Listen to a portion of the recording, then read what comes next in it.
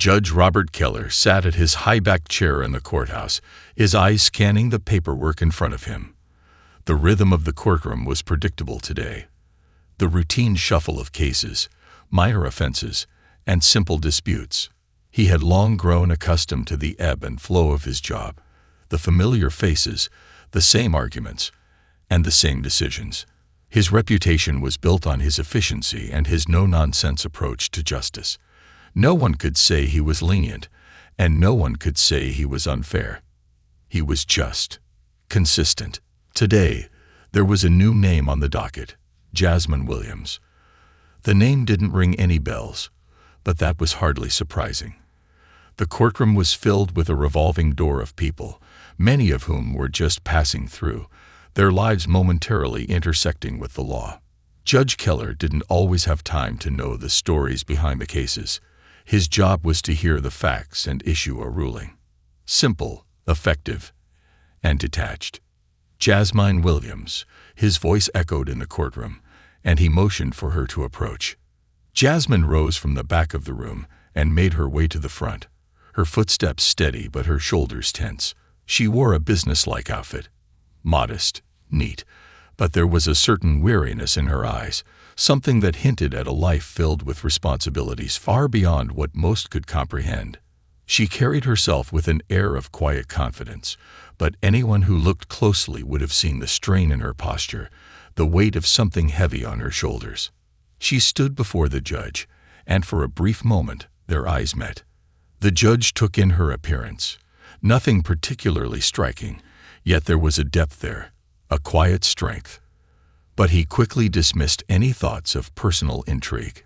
He had a job to do, and Jasmine was simply another name on a long list. "You've been cited for running a red light in a downtown area," Judge Keller began, flipping through the file in front of him. He glanced up at her. "Do you understand the charge?" Jasmine nodded, her voice steady but soft as she replied, "Yes, Your Honor. I made a mistake. I was unfamiliar with the area, and I was running late for a meeting." Judge Keller didn't give her words much thought. He had heard countless excuses over the years, and none of them ever seemed to matter. "Running late is no excuse for breaking the law," he remarked flatly, his tone brisk. "This isn't a trivial matter. You're being fined $250 for the infraction." Jasmine flinched, a small but noticeable reaction. The amount seemed steep to her, especially when she had so many other financial obligations, but she didn't argue. Instead, she nodded respectfully, her face betraying only a trace of the stress she was already under. The fine would be another challenge to manage, but like everything else in her life, she would find a way to make it work. She had no other choice. As the clerk handed her the paperwork, Jasmine turned to leave the courtroom. Judge Keller watched her walk out, his gaze lingering for a moment. Something about her, her quiet demeanor, stayed with him, but he quickly pushed the thought aside. His focus shifted to the next case. Jasmine stepped out of the courthouse and into the cold, winter air, wrapping her coat tighter around her body. The wind bit at her face, but it was nothing compared to the sting of the fine she had just been handed. The reality of it hit her as she walked toward her car, each step feeling heavier than the last. $250 might not seem like much to some, but for Jasmine, it was more than just money. It was another reminder of the constant pressure she lived under. She had a full day ahead of her, one that didn't allow for moments of hesitation or self-pity. The fine was simply another challenge to face, just like everything else.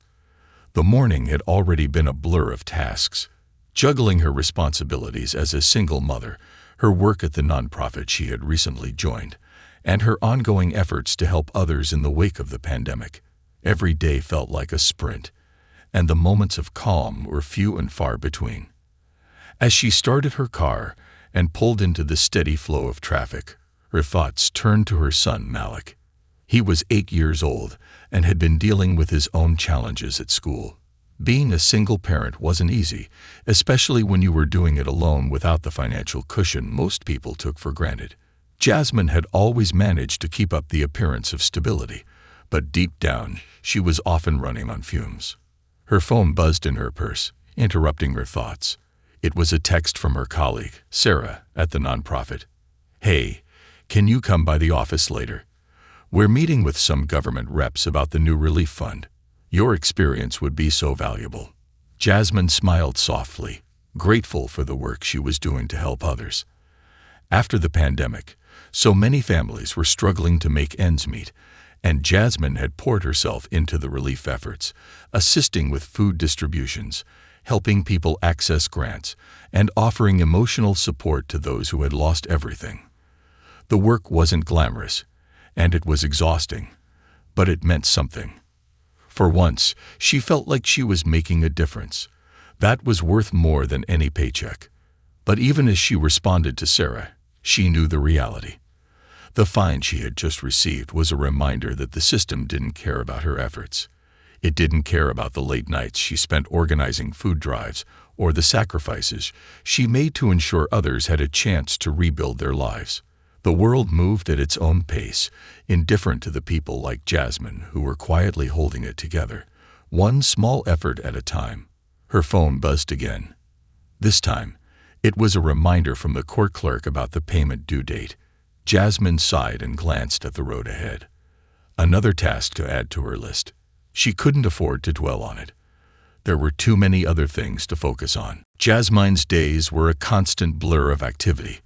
After dropping Malik off at school each morning, she would rush to the local community center, where her work with the nonprofit kept her on her toes. The organization had emerged as a lifeline for families impacted by the pandemic, offering food, resources, and assistance navigating the maze of government relief programs. It wasn't just about handouts. It was about giving people the tools they needed to stand back on their feet. Jasmine had found her calling in this work, though it wasn't easy. Every day, she saw firsthand the desperation of people who had lost jobs, homes, and even loved ones due to the economic and emotional toll of the pandemic. She would spend hours on the phone, guiding people through the steps of applying for aid, writing grants, and organizing donation drives. The work was exhausting, but every success, no matter how small, made it feel worthwhile. But the demands on her were relentless. As a single mother, she didn't have the luxury of downtime. Malik needed her attention, his schoolwork, and his emotional support. It was a constant balancing act, making sure he felt loved and secure while also giving every ounce of herself to the causes that mattered to her. Most nights, after Malik went to bed, she would stay up late, sorting through emails or preparing for the next day's meetings. It was exhausting, but Jasmine had learned to live in survival mode. There wasn't much room for self-pity. Her schedule had become a complicated puzzle of obligations, and if one piece shifted, the whole thing could unravel.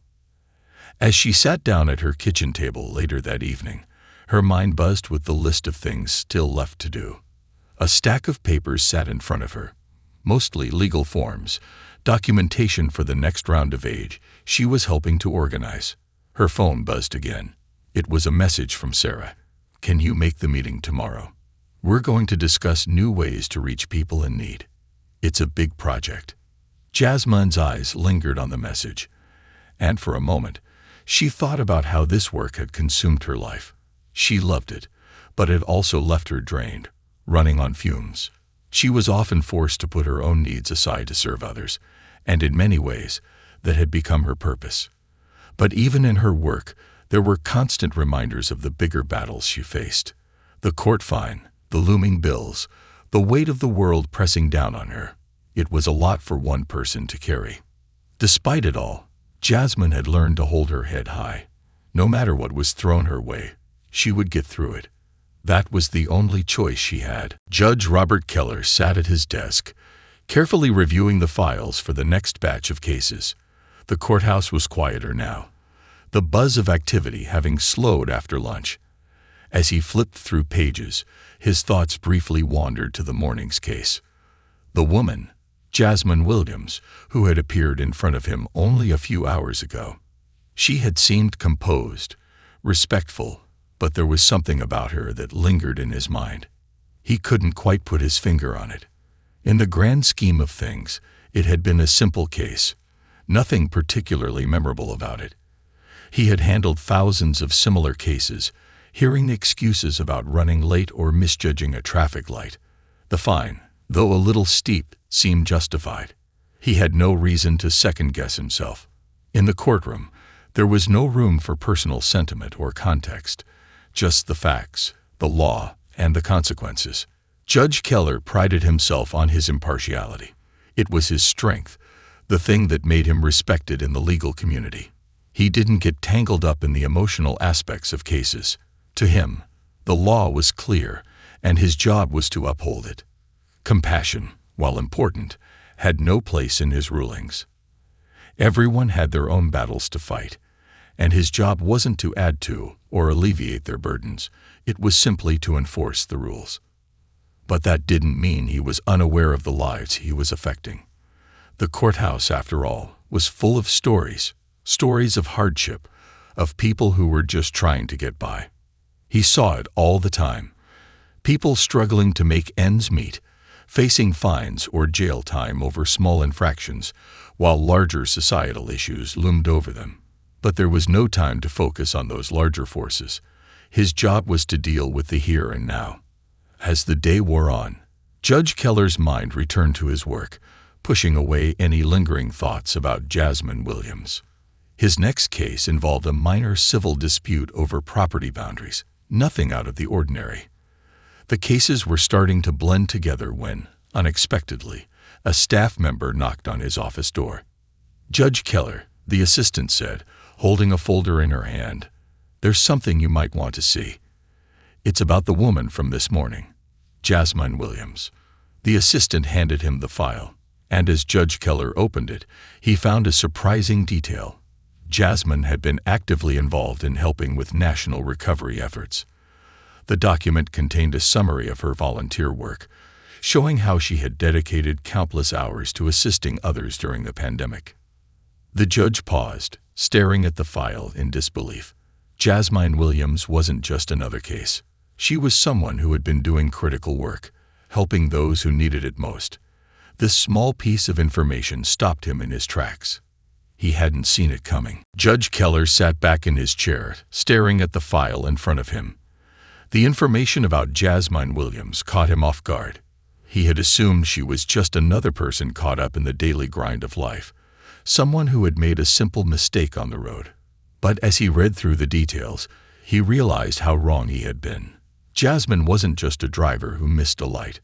She was a woman who had dedicated herself to helping others, pouring countless hours into recovery efforts after the pandemic had upended so many lives.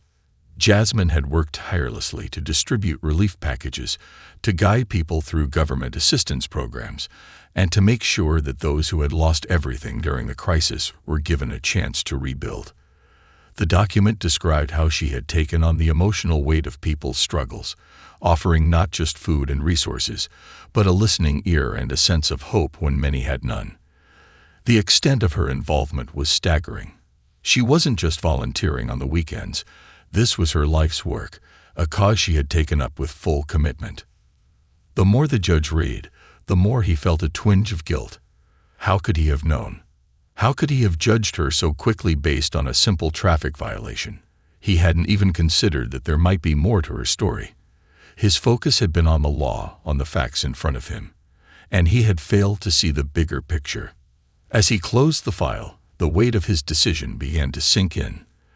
The fine he had imposed on Jasmine wasn't just a penalty for a minor infraction. It was a burden on a woman who was already carrying so much. He could imagine how that $250 would affect her. Another obstacle in her already difficult life. One more challenge to add to an overwhelming list of responsibilities. But it wasn't just the fine that bothered him now.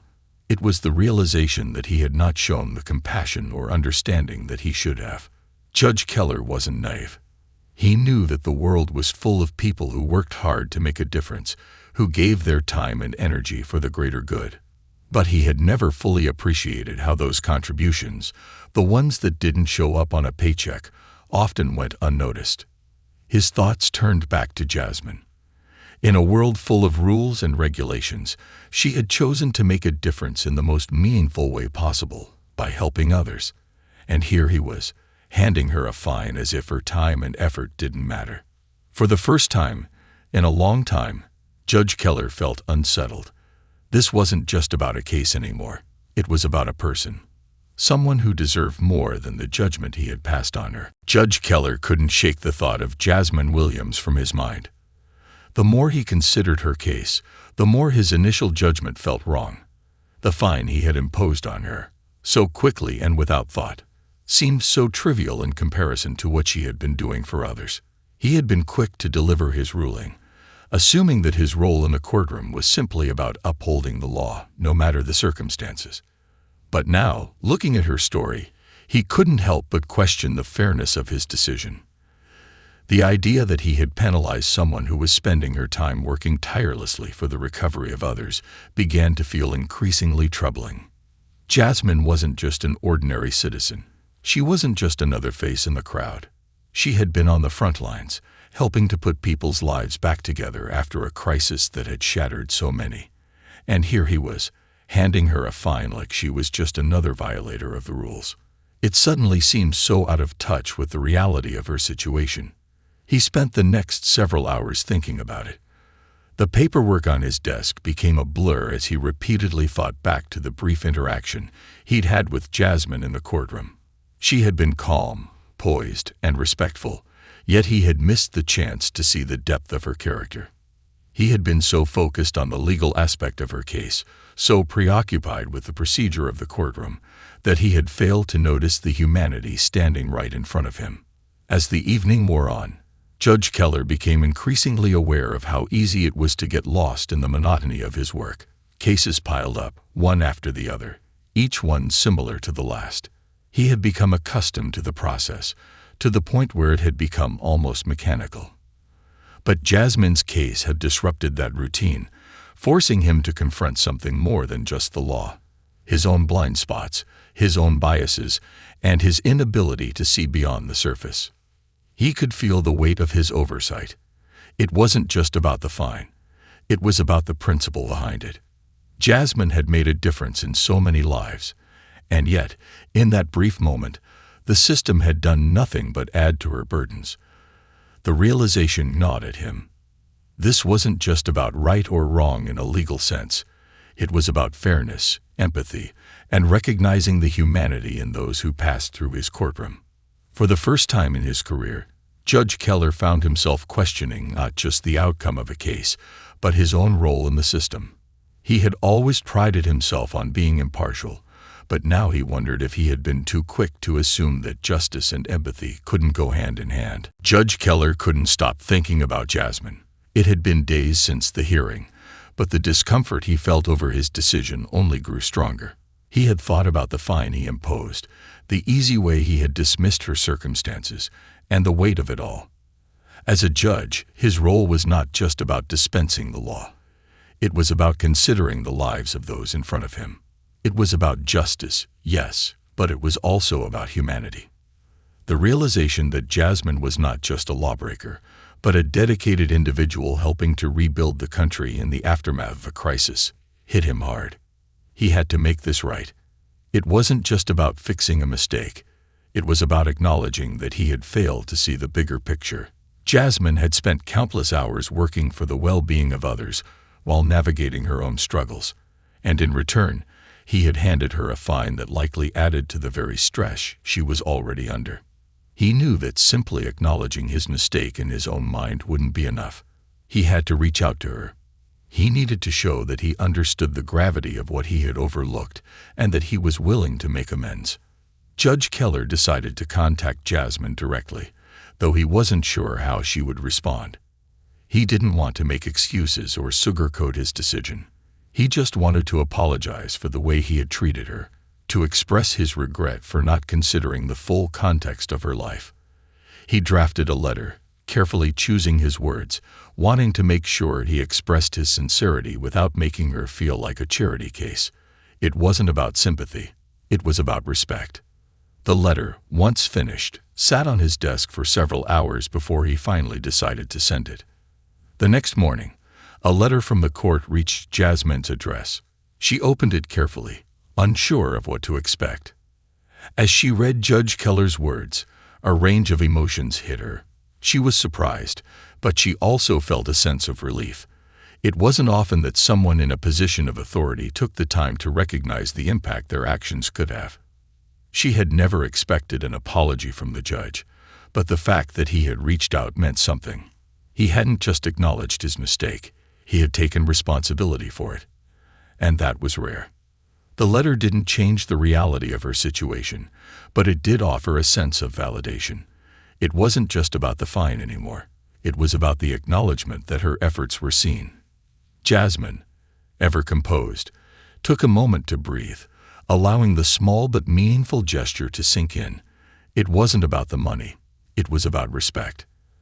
And in that moment, she felt a little more seen, a little more appreciated than she had in a long time. Judge Keller's decision to apologize marked a turning point, not just for Jasmine, but for him as well. He realized that justice wasn't just about cold rulings. It was about understanding the stories behind the cases, about offering compassion where it was needed most. Days passed since Judge Keller had sent his letter, and though the case had faded from the forefront of his mind, the impact of his decision lingered in unexpected ways. He found himself questioning many of the rulings he had made over the years, especially those involving people who had come to him in desperation. The world outside the courthouse had changed, and he couldn't deny that the pandemic had shown the cracks in a system that often failed to see the complexity of people's lives.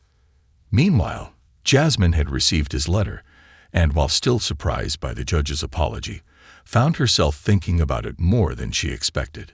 It wasn't the first time someone in a position of authority had made a mistake, but it was rare for someone to take the initiative to acknowledge it. For her, it was a reminder of the power of understanding, something so often overlooked in the rush of everyday life. His words didn't erase the fine or the pressures she was under, but they offered a form of recognition that she hadn't known she needed. In a world where people were often judged by the surface, it felt like a small victory. The court had also decided to revisit Jasmine's case, given the circumstances and the judge's acknowledgement of her community work. Judge Keller had issued a rare motion to waive the fine entirely, explaining in a formal document that he had reconsidered the impact of his ruling and believed it was unjust given her contributions during a national crisis. He had recommended that the payment be rescinded as a gesture of goodwill. Jasmine received the notice a week later. When she read it, a sense of relief washed over her. It wasn't just the financial burden lifting. It was the confirmation that her efforts had been seen. She had been through so much over the past few years: personal loss, financial instability, and the overwhelming weight of helping others while trying to care for her son. The judge's action didn't make everything easier, but it was a step toward justice, a small but meaningful acknowledgement of the road she had been walking. As for Judge Keller, he realized that his role as a judge was not only to dispense legal judgments but to foster an environment where fairness and humanity could coexist. He started to pay more attention, not just to the facts of each case, but to the lives behind them. His conversations with colleagues shifted as he began advocating for more empathy in the courtroom. It wasn't always easy, but over time, he began to see the difference that a compassionate approach could make. Both Jasmine and Judge Keller had learned something invaluable. For Jasmine, it was a reminder that even when the system seems indifferent, there are moments where things can be made right. For Judge Keller, it was an understanding that the law could be tempered with compassion, that justice, when combined with empathy, could make a far greater impact than mere adherence to the rules. In the end, it wasn't just about the fine. It was about the connections that are made when people see each other for who they really are. And for both Jasmine and Judge Keller, this was a lesson they would carry with them.